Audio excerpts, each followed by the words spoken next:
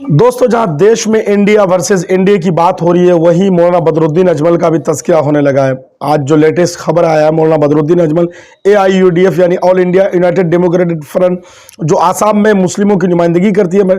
जिस तरह से तेलंगाना में मजलिस इत्तेहादुल मुस्लिमीन, आसाम में AIUDF जो है मौलाना बदरुद्दीन अजमल की पार्टी, खबर है कि वो इंडिया गठबंधन को समर्थन देंगे।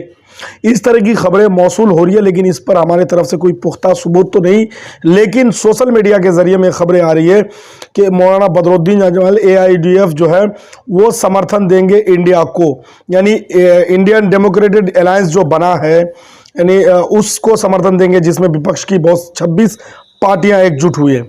मजलिस इत्तेहादुल मुस्लिमीन की कोशिश है कि तमाम विपक्षी दल, BSP हो, YS कांग्रेस हो, या फिर BRS हो, शिरोमणि अकाली दल हो, और मजलिस इत्तेहादुल मुस्लिमीन, पप्पू यादव की पार्टी, जितनी भी पार्टियां हैं, सब लोग एकजुट होने के अथाह प्रयास के साथ एक अलग कारनामा करने की कोशिश कर रहे हैं। बता दें कि झारखंड में उपचुनाव के साथ साथ राजस्थान विधानसभा चुनाव में भी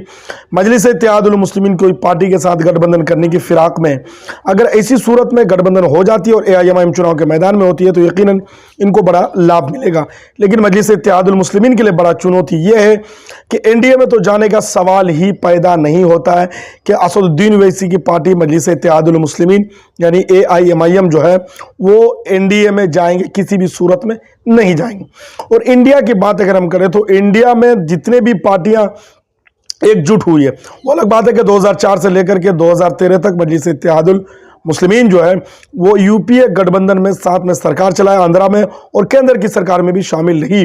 लेकिन उसके बाद से कांग्रेस ने जो रुख अपनाया है मजलिस इत्तेहादुल मुस्लिमीन के लिए, तो असदुद्दीन ओवैसी के लिए पलट करके फिर कांग्रेस के साथ समझौता करना बिल्कुल जो है समझ से परे बात है। और दूसरी बात अगर हम करें, नीतीश कुमार की बात करें, RJD की बात कर लें, या सपा की बात करें, आम आदमी पार्टी की बात करें, तृणमूल कांग्रेस की बात करें, जितनी भी पार्टियां विपक्ष के गठबंधन में एक साथ आई है,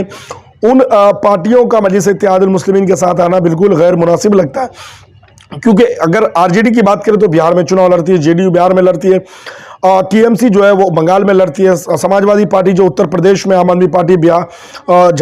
आम आदमी पार्टी जो दिल्ली, पंजाब, हरियाणा कुछ राज्य में चुनाव लड़ती है, कांग्रेस देश के हर राज्य में चुनाव लड़ती है, तो उनके लिए भी सीट शेयरिंग आसान हो जाएंगे। लेकिन मजलिस इत्तेहादुल मुस्लिमीन को अगर इंडिया गठबंधन में रखेंगे, तो बंगाल में भी AIMIM चुनाव लड़ेगी, बिहार में लड़ेगी, झारखंड में, उत्तर प्रदेश में, और उसके बाद बात करें अगर महाराष्ट्र में लड़ती है, गुजरात की बात करें, या राजस्थान की बात कर लें, खुद तेलंगाना, आंध्रा में चुनाव लड़ती रही है मजलिस इत्तेहादुल मुस्लिमीन। तो ऐसी सूरत में AIMIM को गठबंधन में रखकर सीटों का बंटवारा करना, फिर हर राज्य में एक एक सीट देना काफ़ी मुश्किल हो जाएगा। और बिहार की बात करें तो बिहार में AIMIM को अगर गठबंधन में लेती भी है,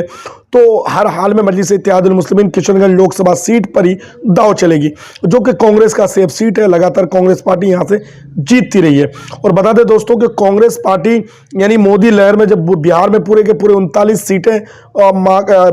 NDA गठबंधन जीते थे, तो सिर्फ महागठबंधन को, UPA को सिर्फ एक सीट मिला, वो भी किशनगंज लोकसभा सीट। तो ऐसा सेफ सीट जो है वो नहीं छोड़ेगी। और दूसरी बात, मजलिस इत्तेहादुल मुस्लिमीन को कम्युनल पार्टी के रूप में भी,